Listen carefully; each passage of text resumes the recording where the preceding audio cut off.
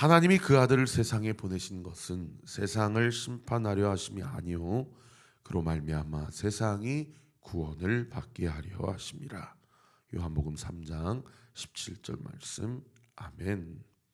이거 10월 12월 첫째 주일 날 외웠던 말씀인데 우리 키즈 암송 루틴과 우리가 함께 보폭을 마치기 위해서 이번 마지막 한 주도 이 구절로 우리가 암송하기 원합니다. 하나님이 세상을 사랑하사 독생자를 주셨으니 이는 저를 믿는 자마다 멸망치 않고 영생을 얻게 하려 하십니다. 너무 유명한 말씀 그 다음 구절입니다. 우리 같이 한번 암송해 볼까요? 시작. 하나님이 그 아들을 세상에 보내신 것은 세상을 심판하려 하심이 아니요 그로 말미암아 세상이 구원을 받게 하려 하심이라. 요한복음 3장 17절 말씀. 아멘. 어제 사실 그 본문이 63편뿐만 아니라 64편까지였는데 제가 64편까지 설교하기에는 시간이 너무 모자라서 이제 63편만 우리가 설교를 나눴고요. 64편도 한번 쭉 읽어보시면 너무 주옥과 같은 고백들이 참 많이 있습니다. 64편도 한번 묵상을 해보시기 바라고, 오늘 본문은 시편 65편입니다. 다윗의 시고 인도자를 따라 부르는 노래다. 어떤 상황 가운데서 이 시가 쓰여졌는지는 표제가 정보를 제공하고 있지 않지만 저자가 다윗이고 그리고 장르는 인도자를 따라 부르는 노래다. 혼자 부르지 말고 공동체가 함께 고백해라 라는 뜻이고요. 아니나 다를까 오늘 보면 1절에 보시면 찬송이라는 단어가 처음 등장하고 이 65편의 마지막 단어는 노래라는 단어로 맞춰지게 됩니다. 그래서 많은 학자들이 이 65편을 찬송시 또는 감사시, 그리고 9절에 보시면은 이 물과 관련된 단어가 많이 나와요.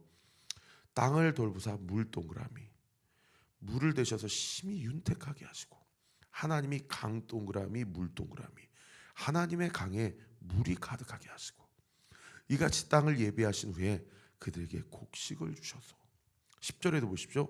주께서 밭고랑에 물 동그라미, 물을 넉넉히 대사 그 이랑을 평평하게 하시며, 또 단비 동그라미, 단비로 부드럽게 하시고 그 싹에 복을 주시나이다. 그러니까 여기 물, 강, 단비, 여러분 물과 관련 단어가 이렇게 9절 10절에 반복되어서 등장하는 이유가 뭡니까? 9절에 보시면 그 목적이 우리의 삶을 윤택하게 하시고 10절 하반절에 그 싹에 복을 주시기 위함이다.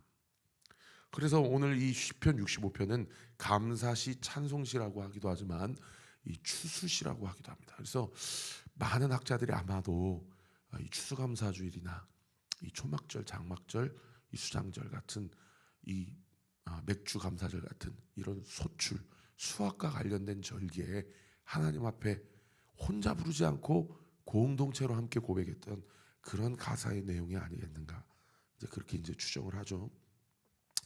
여러분 올 한 해를 마감하면서 올 한 해 여러 가지 다사다난한 한 해였고, 또 어제 제가 설교한 것처럼 또 올 한 해가 유난히도 유독히도 힘들고 힘겨운 성도들도 계신 것이 사실이에요.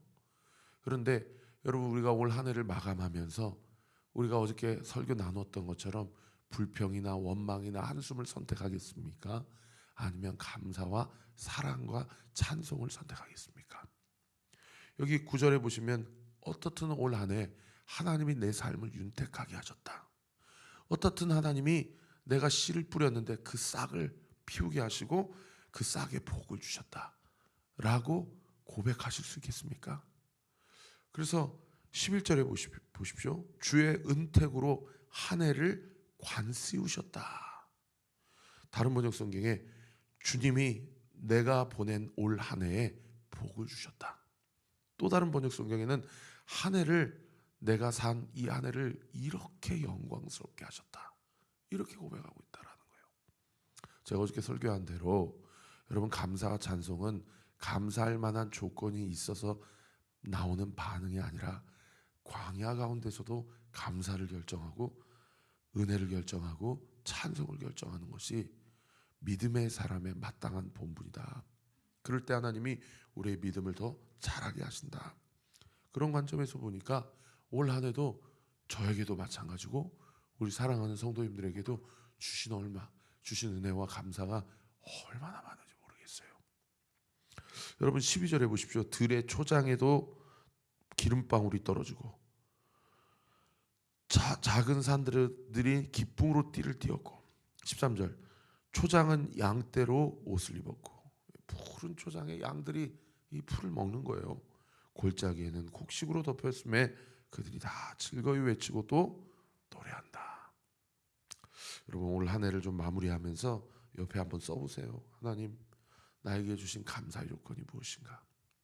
우리 목사님이 아침에 일어나면 세 가지 각기 다른 감사의 제목을 고백하는 훈련을 시키셨는데 또 이번 주 수요일 날에도 올 한 해 마지막 순간을 하나님 앞에 예배로 마치면서 송구영신 예배 드릴 때 목사님이 감사 제목 한번 써보라고 그러면 그동안 훈련 받았던 건 하루에 세 가지 중에서 제일 감사했던 것 추려가지고 하나님 앞에 고백하면 여러분 그 성도의 하나님을 향한 감사의 고백을 주님이 얼마나 기뻐하시겠습니까?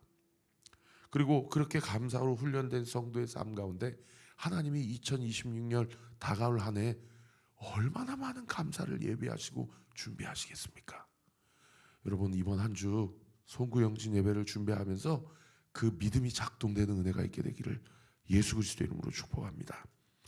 여러분 다시 제가 이제 9절부터 13절 끝절까지 주의했는데 오늘 보면 첫 구절로 한번 들어가 보셔요. 하나님이여 찬송이 시온에서 주를 기다려오며 사람이 서원을 주께 이행하리다. 여기가 추수시 감사시라고 한다고 그러냐면 아마 이 사람 이 농부가 하나님께 서원하고 약속했던 모양이에요. 하나님 나에게 이런 소출을 주시고 이러한 열매를 주시면 내가 이 중에 얼마를 주님께 바치고 그 바친 것으로 말미암아 생색내지 아니하고 나의 모든 것이 다 주님의 것임을 고백하는 신앙 고백을 하고 싶습니다. 주님 나에게 복을 주십시오. 그 서원을 이행하기 위해서 이 사람이 어디로 갔다? 시온에서 주를 기다렸대요. 여러분 시온은 어디입니까? 1차적으로는 다윗성 예루살렘 성전을 얘기하지만 궁극적으로는 주님을 만나는 이 야곱이 고백했던 베델의 장소예요. 여러분 신약 시대 때는 우리가 성전이요 우리 몸이 하나님이 영이 거하시는 성전인 줄 믿으시기 바랍니다. 그래서 4절에 보면은 마지막 구절에 보셔요. 우리가 주의 집 동그라미 이 베델 베트는 집이란 뜻이고 엘은 하나님이란 뜻이라고 말씀드렸잖아요. 주의 성전 동그라미 주의 성전의 아름다움으로 만족하리이다. 여러분 이게 무슨 예루살렘 성전이 얼마나 기가 막히고 얼마나 휘황찬란했는지 그것으로 자기의 영이 만족하겠다 이런 뜻입니까? 아니에요. 여러분 그저 그 공간은 하나님의 임재를 상징하는 하나의 처소일 뿐인 것이죠. 여러분 여기 시온 주의 집 주의 성전 다 우리의 몸 주의 영이 거하시는 우리의 가정 주의 임재가 있는 우리의 교회 주님이 우리와 함께 하시는 어제 제가 설교했던 하임 우리의 삶의 존재 전부임을 믿으시기를 예수님의 이름으로 축원합니다. 그래서 오늘 이 아침에도 우리가 주님의 말씀을 듣고 주님을 기다리며 주님의 얼굴을 뵈는 거예요. 내가 오늘 만나는 모든 행보가 내가 오늘 만나는 모든 사람이 내가 오늘 해야 할 모든 일들이 다 주님이 나와 함께 하시는 거룩한 직업이요 거룩한 사역이라는 겁니다. 저만 부르심을 받은 성직자가 아니에요.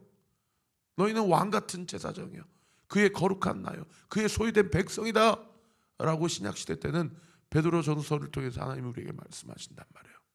여러분이 가지고 있는 모든 직업이 그 직업이 설사 주부라는 직업이라 할지라도 그것은 성직입니다. 우리와 가는 모든 땅과 우리가 밟는 모든 길이 다 주님이 나와 함께 하신다라는 거예요. 그래서 이 기자가 뭐를 결단하냐면 하나님이여 찬송이 시온에서 주를 기다린다. 자기가 찬송과 감사와 사랑을 결정하고요 2절에 보세요. 기도를 결정해요. 기도를 들으시는 주여 모든 육체가 주께 나오리다. 여러분, 찬송과 기도, 감사와 사랑을 결정함으로 나의 모든 삶의 하임 전부가 하나님의 임재가 있는 인생이 되시기를 우리 구주 예수 그리스도 이름으로 축복합니다. 그러한 우리의 삶 가운데 3절에 참 마음에 이게 눈에 가는 표현이 나오는데, 죄악이 나를 이겼다. 다른 번역 성경에 지은 죄가 너무 무거워 때로는 눌리고 시달릴 때가 있다. 또 다른 번역 성경에는 지은 죄를 감당하기가 너무 어렵다, 이렇게 번역하고 있어요. 야, 여러분, 하나님의 임재 가운데 주님과 동행하기 위해서 우리가 해결해야 될 문제가 네가 얼마나 가방끈이 기냐, 네 집안이 얼마나 가진 것이 많냐, 네가 얼마나 지혜롭고 똑똑하냐, 하나님 그걸 따지시는 게 아니라 네가 너의 죄를 직면하느냐, 네가 네 죄의 무게를 측량하느냐, 네가 죄인임을 인정하느냐, 하나님 이거 딱 하나 물으시는 거예요. 그럴 때 거들먹거리고 나 죄인 아닌데요, 나 그렇게 몹쓸 짓 나쁜 짓 하며 살아간 사람 아닌데요, 내가 무엇을 잘못했나이까, 이렇게 나오면 그러면 답이 없는 겁니다. 하나님, 내가 죄인이 내 죄가를 감당하기가 너무 무겁고 어렵사오니 주님 나에게 은혜를 주옵소서. 여러분, 지혜로운 사람은 내가 오늘도 얼마든지 죄를 지을 수 있다는 것을 인정하는 사람이에요. 오늘도 우리는 우리가 인지하지 못하고 있는 상황 가운데서도 말로, 생각으로, 마음으로, 행위로 얼마나 많이 넘어지고 얼마나 많이 하나님 기뻐하시지 않는 일들로 유혹에 넘어지고 우리의 연약함으로 정당화할 수 있는 일들이 얼마나 많이 있을 수 있는지 모릅니다. 그럴 때에 주님께 찬송과 기도로 나아가는 자는, 그 다음 구절 보십시오. 우리의 허물을 주께서 사하시리라. 하나님은 겸손한 자를 높이시고 교만한 자를 심판하시는 하나님입니다. 여러분, 죄를 고백하고 인정할 때 예수 그리스도의 십자가의 보혈의 피가 우리의 모든 죄와 허물을 사하시고 속량하시고 깨끗하게 하시는 줄 믿으시기를 예수 그리스도 이름으로 축원합니다. 여러분, 요한일서 1장과 4장에 보면 우리가 죄 없다라고 이야기하면 거짓말하는 자라는 거예요. 그러나 주님은 미쁘시고 신실하셔서 우리가 우리의 죄를 자백하고 고백하면 하나님은 모든 불의에서 우리를 깨끗하게 하실 것이다. 여러분, 올 한 해도 감사와 찬송과 기도를 선택하되 여러분, 날마다 아침마다 3가지씩 감사 제목 고백하고, 또 제가 무엇을 좀 훈련하시라고 말씀드렸습니까? 하나님, 오늘 하루도 내 마음과 생각을 보혈로 덮습니다. 우리의 가정을 보혈로 덮습니다. 욥이 하나님 앞에 기도했던 것처럼 우리 자녀들이 행여나 내가 모르는 때라도 하나님 앞에 범죄하지 아니하도록 우리 자녀들을 예수님의 보혈로 덮습니다. 우리 교회를 보혈로 덮고 우리의 모든 삶의 전반을 예수님의 보혈로 덮는 보혈의 능력을 사모하고 보혈의 능력으로 승리하는 우리 사랑하는 성도님들 되시기를 예수 그리스도 이름으로 축원합니다. 5절부터 8절까지 남았는데요. 여러분, 5절부터 8절까지는 하나님의 능하신 능력과 섭리를 다윗이 찬양하고 선포하고 있는 고백이에요. 하나님이 누구신 어떠한 하나님이냐? 5절에 다윗은 어떤 하나님이라고 고백합니까? 구원하시는 하나님이라는 거예요. 여러분, 하나님은 구원을 기뻐하시는 하나님이에요. 우리가 죄를 자복하고 우리가 우리의 본분을 인정하고 자각하면 하나님은 우리에게 구원을 베풀어 주시고 하나님은 우리를 죄로부터 일으켜 주시는 분이심을 믿으시기 바랍니다. 그래서 우리가 그 하나님을 어떻게 해야 된다? 그 다음 구절에 보면 의지해야 된다. 땅의 모든 끝과 먼 바다에 있는 자, 자기 자신을 얘기하거든요. 하나님 없이는 완전히 자기는 핵인싸가 아니고 저 땅끝 완전 아웃사이더라는 거예요. 그런데 자기에게 하나님이 주신 가장 큰 은혜가 뭐냐? 주를 의지하게 하게 하신다는 겁니다. 주를 의지하게 하신다는 거예요. 의지할 주께서 의를 따라 어미하신 일로 우리에게 응답하시리라. 밑에 어미하다, 놀랍고 두려워할 만하다. 또 다른 번역 성경은 초자연적인 하나님 사역의 섭리를 이야기해요. 주님을 의지할 때 하나님이 놀랍도록 우리에게 은혜를 베풀어 주시고 불가능한 일을 가능케 하시고 하나님이 누구신지, 하나님이 오늘도 어떤 부분과 관련된 구원을 베풀어 주실지, 여러분, 주님이 죄로부터만 구원을 베풀어 주시는 주님이 아니라 주님이 우리의 모든 연약함과 우리의 모든 부족함으로부터 우리를 구원하시는 하나님이심을 믿으시기 바랍니다. 할렐루야. 그래서 감당할 만한 시험 주시고 감당치 못할 땐 피할 길을 열어주신다고 약속하신 거예요. 저는 주님이 죽으면 천국 가게 하시는 주님이시라면 저는 주님이 주님 되시 않는다고 믿어요. 여러분, 건강 문제로 고통당하고 있는 성도들, 주님께 더 간절히 기도하십시오. 여러분, 여러 가지 관계와 재정과 삶의 문제로 고통당하고 있는 그 영역에 대해서 하나님이 구원의 하나님이심을 믿고 주님께 간구하십시오. 목사님, 그렇게 남편을 위해, 자녀를 위해, 가족을 위해, 자기 건강을 위해, 우리 물질을 위해서 그렇게 기도해도 응답이 안 되던데요. 여러분, 하나님의 나라와 의를 구하며 기도하세요. 나의 안위와 나의 행복과 나의 이기적인 태도와 삶의 평안을 위해서가 아니라 하나님 나라를 위해서 간구하세요. 하나님 나라를 위해서 기도할 때 사도 바울도 육체에 가시가 있었어요. 3번이나 하나님 앞에 간구할 때 주님이 3층 천을 보여주시고 놀라운 계시와 환상을 보여주셔도 결국에 안 고쳐주셨어요. 그런데도 바울이 안 고쳐주셨다라고 불평하고 원망합니까? 하나님께 응답받았다고 고백해요. 제가 참 사모하는 목사님 중에 노진준 목사님이라는 분이 계신데, 그분은 평생 하반신 불구예요. 쩔뚝거리면서 순회 목회 설교자로 사역하시는데, 언젠가 한번 우리 교회 모셨으면 좋겠다, 그런 생각이 흠모하는 목사님인데, 그분이 다니엘 기도 때 오셔가지고 그런 간증을 하셨어요. 자기가 언젠가부터 하나님, 내 다리 고쳐달라고 기도 안 한다고, 이미 내 다리를 고치셨다고, 나는 곳곳마다 가서 예수 그리스도를 전포한다. 나는 신체 사지가 멀쩡하면서도 복음을 모르고 돈을 우상 삼고 자기 자신을 우상 삼고 살아가는 인생들보다도 더 하나님 앞에 건강한 사람이라고 그렇게 고백하는 걸 보고 정말 큰 도전을 받았어요. 사랑하는 성도 여러분, 하나님 나라와 하나님의 의를 위해서 나에게 필요한 것을 구하게 될 때 그 기도는 반드시 응답되며, 그 기도가 응답되지 않는다 하더라도 그 기도는 응답된 기도임을 믿으시기 바랍니다. 그 믿음 가지고 간구하세요. 그럴 때 하나님께서 우리의 한숨을 찬송으로 변화시켜 주시고 우리의 불신앙을 믿음의 신앙, 하나님께서 살아계심을 드러내는 신앙으로 완전히 확정하심을 믿으시기를 예수님의 이름으로 축원합니다. 그래서 6절부터 8절까지 주님이 어떤 분이신지를 고백하는데, 세상의 6절에 보세요. 주는 주의 힘으로 산을 세우시고 권능으로 띠를 띠시고 바다의 살렘, 물결의 흔들림, 만민의 소유까지 진정시키시나이다. 너무 시적이고 은유적인 표현 아닙니까?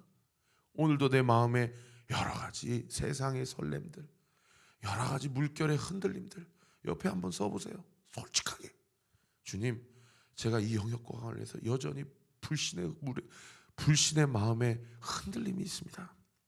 그 만민의 소유는 다른 번역성에 뭐로까지 번역하냐면 요란한 세상이라고까지 번역해요. 얼마나 요란한 정보들, 소식들, 세상의 이야기들로 이 현대 그리스도인들이 예수 그리스도 십자가 바라보고 살아가면 되고, 그분이 다시 오실 재림주로 심판주로 오시는 이 말세를 살아가는 그리스도의 거룩한 신부로 살아가면 인생이 전부인데, 자꾸 그냥 무슨 자기개발이니 여러 가지 정보니 세상에 많은 정보의 호수 가운데 이 쓰잘데기 없는 일들로 인해서 그야말로 정함이 없는 사람처럼 갈대처럼 이리 흔들렸다 저리 흔들렸다 그렇게 살아가는 게 우리네 삶인데, 그 모든 소요와 흔들림을 7절 하반절에 어떻게 하신대요? 진정하신다. 진정시키신다. 8절 땅 끝에서 사는 자는 주의 징조를 두려워하나이다. 이 주의 징조, 다른 번역성에 주님께서 행하신 일, 그리고 앞으로 행하실 일을 뭐한다? 두려워한다. 주께서 아침이 되는 것과 저녁이 되는 것을 즐거워하게 하신다. 하나님을 두려워하고 하나님께 감사하며 하나님께 찬송하기로 결정하고 오늘도 기도하는 일을 게을리하지 아니할 때 아침이 되고 저녁이 되며 또 그 다음날 아침에 되고 저녁이 되는 일을 두려워하지 아니하고 기뻐하며 즐거워하며 기대하는 삶을 산다라는 거예요. 왜요? 하나님이 오늘 이 하루도 나와 함께 어떤 놀라운 일을 행하실까? 어떤 소소하지만 영적으로 보면 엄청난 일을 행하실까? 그러한 삶을 살아갈 때에 하나님의 나라가 확장되어지고 하나님의 의가 분명하게 선명하게 드러나는, 주님과 동행하며 행복하며 하나님의 뜻을 온전히 이루게 되는 우리 사랑하는 온리 성도들 모든 평생의 삶이 되시기를 우리 구주 예수 그리스도 이름으로 축원합니다. 기도하겠습니다. 아버지 하나님, 오늘 하루도 이 아침에 하루를 열며 주님이 주신 말씀을 한 구절 한 구절 우리 사랑하는 성도님들과 나누었습니다. 이제 올 한 해도 이렇게 가고 2026년 새해가 오고 이렇게 우리의 나이도 한 살 한 살 나이가 먹어가고 또 영적으로 보면 주님이 오실 날도 가까이 오고 있음을 우리가 영적으로 느끼고 또 봅니다. 아버지 하나님, 오늘 말씀을 들으면서 우리에게 마음에 여운이 남는 구절이 무엇인지, 내가 무엇을 선택하고 결정하며 순종하며 살아야 하는지, 성령께서 우리의 기도 시간 가운데 주신 말씀이 살아 운동력이 있게 하시고 움직이게 하셔서 이 말씀이 나의 삶을 지탱하고 이 말씀이 우리의 삶을 온전히 이끌어가는 놀라운 생명의 이정표가 되게 하옵소서. 오늘 이 아침에도 예수의 보혈로 우리의 머리끝부터 발끝까지 덮어주옵소서. 우리의 마음과 생각과 입술을 덮어주시고, 행여나 돈이 없어, 행여나 가진 것이 없어, 먹을 것이 없어 하나님 영광 가리지 않고, 행여나 가진 것이 많아 하나님의 없다 이야기하지 않도록 주여 주신 것으로 자족하며 감사하며 살아가게 하시고, 나의 주님께 무엇을 간구하고 기도할 때에 나의 어떠함이나 나의 안락함을 위해 간구하는 기도가 아니요 하나님 나라와 하나님의 공의를 위해 간구함으로 말미암아 하나님이 정하신 기쁘신 계획과 섭리를 이루어가는 우리 온리의 모든 성도들 되게 하여 주옵소서. 오늘 이 아침에도 기도의 문을 활짝 열어주옵소서. 우리의 영적인 시선을 활짝 열어주옵소서. 우리의 필요를 채우실 주님을 전적으로 신뢰하고 감사하며 살아계신 예수 그리스도 이름으로 기도합니다. 아멘. 지금은 우리 구주 예수 그리스도의 은혜와 하나님의 사랑과 성령 하나님의 위로 교통 충만하심이 오늘 주신 말씀을 붙잡고 주 안에서 이번 한 주도 올 한 해도 승리하며 주님과 동행하며 살기로 결단하는 우리 사랑하는 온리교회 모든 성도들 머리 위에 지금로부터 영원토록 함께 하시기를 간절히 축원하옵나이다. 아멘.